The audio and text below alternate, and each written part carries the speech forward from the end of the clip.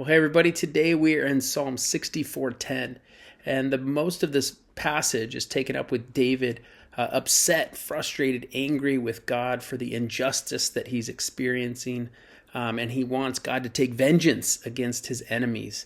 And then at the very end, we read our passage for today. It says this: "The godly will rejoice in the Lord and find shelter in him, and those who do what is right will praise him." So many of us, we've experienced injustice, we've been hurt, we've been wronged, there's been offense against us. And I don't know about you, but my first tendency is to want to take matters in my own hand, to find justice, to get back at someone for what they've done. I want to celebrate when something goes bad with them. I'm like excited. I'm like, haha, they got what was coming to them. Or I want to take matters into my own hands.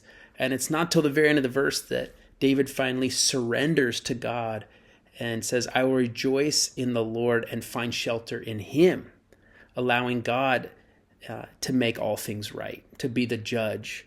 And so when we do that, that's when we experience peace. We're not going to find peace when we're trying to get back at someone.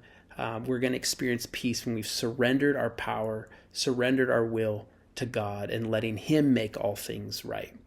This shows up a lot with my kids when they're fighting, when they're going at one another. The best thing they can do is ask the parent to step in, to mediate, to make things right if they can't figure it out. And so it's the same for us, as to surrender to God's will and trust that he will make all things right.